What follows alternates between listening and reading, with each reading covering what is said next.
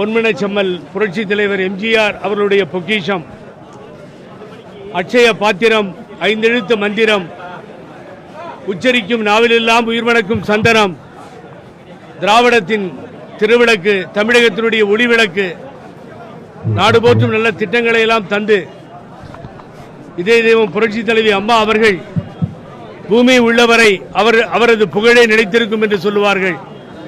அந்த புகழுக்குரிய ஒப்பற்ற தலைவியினுடைய நினைவு தினத்தை இன்றைய தினம் கழக ஒருங்கிணைப்பு குழு சார்பில் நாங்கள் அனுசரித்து இன்றைய தினம் முக்கியமான உறுதிமொழியை ஏற்றிருக்கிறோம்.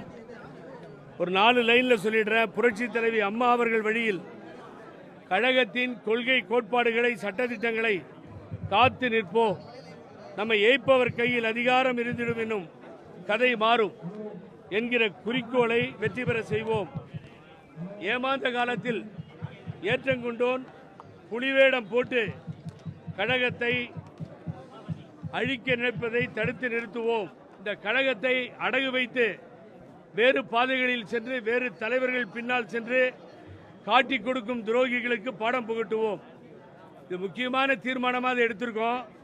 மத சார்பற்ற கட்சிகளின் உதவியோடு, மதத்தை நம்பி இருக்கின்ற கட்சிகளை அல்ல, மத சார்பற்ற கட்சிகளின் உதவியோடு மீண்டும் புரட்சி தலைவர், புரட்சி தலைவி அம்மா அவர்களின் கொள்கைகளை கடைபிடிக்கும்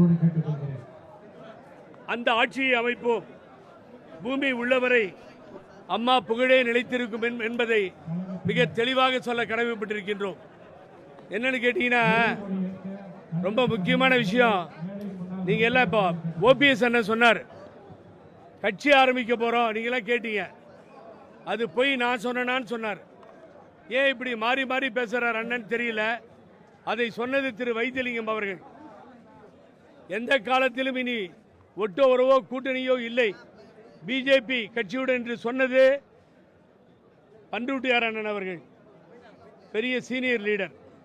இதுக்கு ரெண்டுத்துக்கும் முரண்பாடா இப்ப நான் அமித்ஷாவை சந்திச்சு வந்தேன்னு சொன்னா, நான் உள்துறை அமைச்சர் அமித்ஷா அவர்கள் அதிமுக உள்கட்சி பிரச்சனையில் தலையிடுவதில்லை என்று சொன்னார். அப்புறம் அவர் ஓபிஎஸ் கூட்டு பேசுறாரு, திரு கே.ஏ. செங்கோட்டையனை கூட்டு பேசுறாரு. ஆகவே இப்படிப்பட்ட ஒரு சூழ்நிலையை பாரதிய ஜனதா கட்சி தொடர்ந்து செயல்படுகிறது. அப்புறம் என்ன உள்கட்சி விஷயத்தில் தலையிடுறதில்லைன்னு சொல்லி, எனக்கு தெரிஞ்ச வரைக்கும் எடப்பாடி பழனிசாமியை பிஜேபி நம்புவதற்கு தயாராக இல்லை.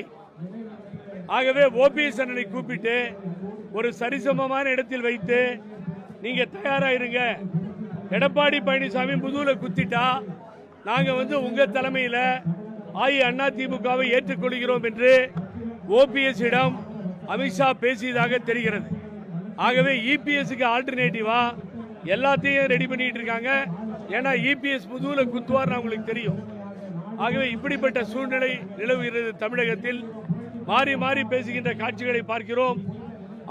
அதிமுக தொண்டர்கள் உறுதியாக சொல்லுகிறோம், பாரதிய ஜனதா கட்சியோடு கூட்டணிக்கு செல்லுகின்ற தலைவர்கள் அதிமுக தொண்டர்களால் மொத்தமாக புறக்கணிக்கப்படுவார்கள். பிஜேபி பெயரை சொல்லிக்கொண்டு அம்மா வழிக்கு எதிராக எந்த தொண்டரும் பின் செல்ல மாட்டார், பிஜேபி ஒப்புக்கொள்ள மாட்டார்கள் என்பதுதான் உண்மை. ஆகவே அந்த வழியில் தான் நாங்கள் நின்று கொண்டிருக்கிறோம்.